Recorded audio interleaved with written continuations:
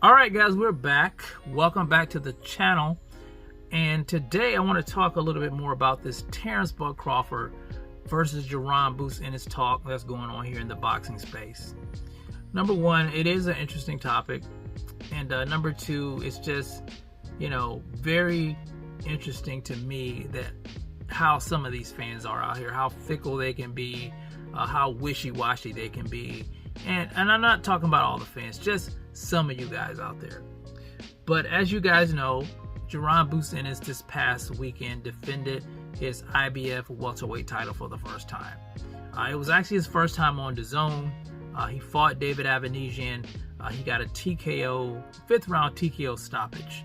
He couldn't continue, Avanesian couldn't continue after the 5th round. His corner actually threw in the towel. Now, he is an opponent that both of those guys share, him and Crawford both. Crawford fought him before the Errol Spence Jr. fight, and he stopped him in the 6th round.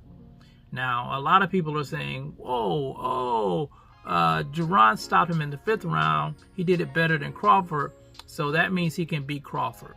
Now, we know that's a bunch of hogwash. Boxing doesn't work that way, but that's what some people think. Some people do think that. Now, after the fight, of course, Jaron calls out Terence Crawford. And I do believe that he actually wants that fight. I think he wants that fight. And now, me personally, I talked about how I didn't think the fight was a good idea for either fighter. And I gave my reasons for it. On Crawford's side, I thought it does nothing for him, his legacy, because for one, he's fighting at 154 and Jaron's fighting at 147, and Crawford's looking to become a 4-division champion and possibly an undisputed champion, possibly getting a fight with the face of boxing, Canelo Alvarez. So there's bigger fish to fry for him. And fighting Jaron Ennis does nothing for him. Now, when it comes to Boots, I like Boots, and the reason I didn't want Boots to take this fight is because I don't want to see Boots take an L yet, before he barely gets out of the gate. Because his biggest win to date is David Avanesian. The biggest name he's actually been in the ring with is Sergey Lipinets. And I just don't feel that he's ready for a guy who is a 3-division champion, who is a 2-time undisputed champion, who stopped everybody at welterweight, and possibly getting ready to be a champion in a 4th weight class. I just don't think he's on that level yet. He has this boogeyman image right now, but he's not ready for that guy. I think there's a lot of other fights that he can take, guys that are on his level, where he can capture titles and make his own lane. That's why I didn't personally want to fight for either one of the guys. And there's this narrative out there that, Crawford, is ducking the smoke with Jaron Ennis, that he's afraid of Jaron Ennis. Well, let me remind you guys that that fight was offered to Boots. I know you guys have, selective memory, but before the David Avanesian fight, that fight was offered to Boots and his team, and they turned it down. Let me say it again for you guys who can't hear, who got a sugar daddy in your ear. They turned it down. So it's not that Crawford is afraid of Boots. He just, he's looking at bigger and better things to solidify his legacy. That's the plain, simple truth. Now, he called out Crawford after the fight, and Turki Al-Sheikh wants this fight as well. His Excellency. Now, you guys know if anybody can make that fight happen, it's Turki Al-Sheikh. Let me read what he says here. He says, I just reached out to boxer Jaron Ennis and Eddie Hearn to congratulate him on his win, and I'd love to see Ennis in a fight with Crawford at weight 154 soon. So he wants to fight. Jaron wants to fight.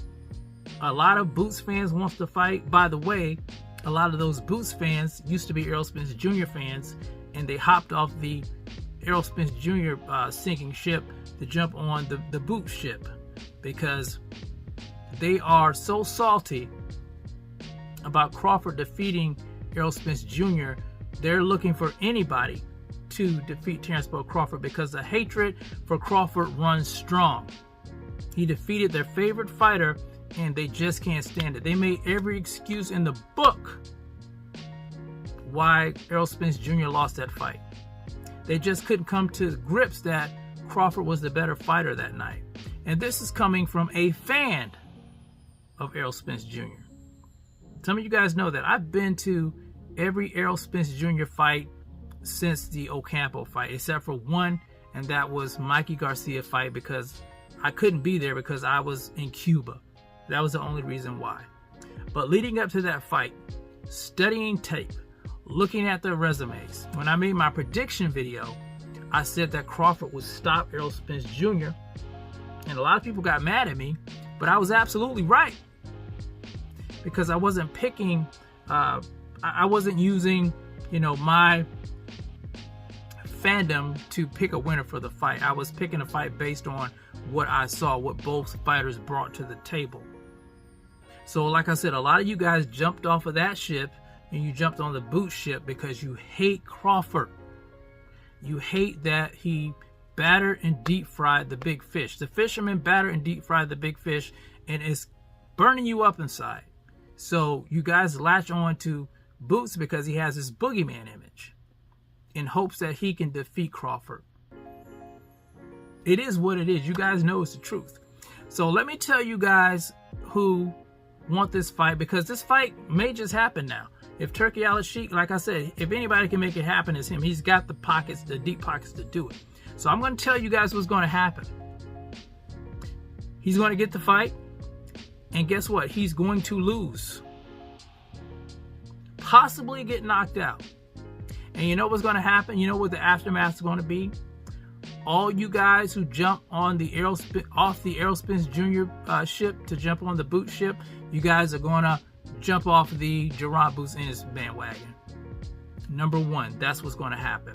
Number two, there's going to be a blueprint to defeat Jaron Ennis. Number three, his stock will drop. You don't believe it? Look what happened to Errol Spence Jr. after Terence Crawford defeated him. His stock dropped. People aren't talking about him like they used to. They're just not. And you know it's true. And that's what's going to happen because he is not ready to fight a guy on that level yet. And I don't want to see him take an L yet. I want him to develop. There's a lot of guys in his weight class that he can fight. Mario Barrios is a WBC champion. That's a great fight for him. Unified titles. Crawford is on a different level. He's just on a different level. And I hate to see the young guy take an L, in his first big fight. Because it would be his first big fight. Be careful what you wish for. Be careful what you wish for, because you just might get it. And I know you don't want to hear that, but you guys know it's true. He can't beat Crawford. He can't beat Crawford, guys. He has too many holes in his game right now. He's never been in the ring with an elite fighter. And you're talking about a guy who's seen as the pound for pound king. So you guys can miss me with that. You guys can miss me with that. You can hype it up all you want, and it's still going. The outcome's going to be the same. He's going to lose the fight. Errol Spence Jr. couldn't even beat Terence Crawford. What makes you think that Boots can? Errol Spence Jr. was the elite welterweight, 3-belt champion. Boots ain't not even close yet. Not even close. But anyway, that is my talk for today. You guys let me know what you think about this Terence Crawford, Jaron Ennis talk in the comments section. It's the CMB. I'll talk to you guys in the next one. And I'm out. Peace.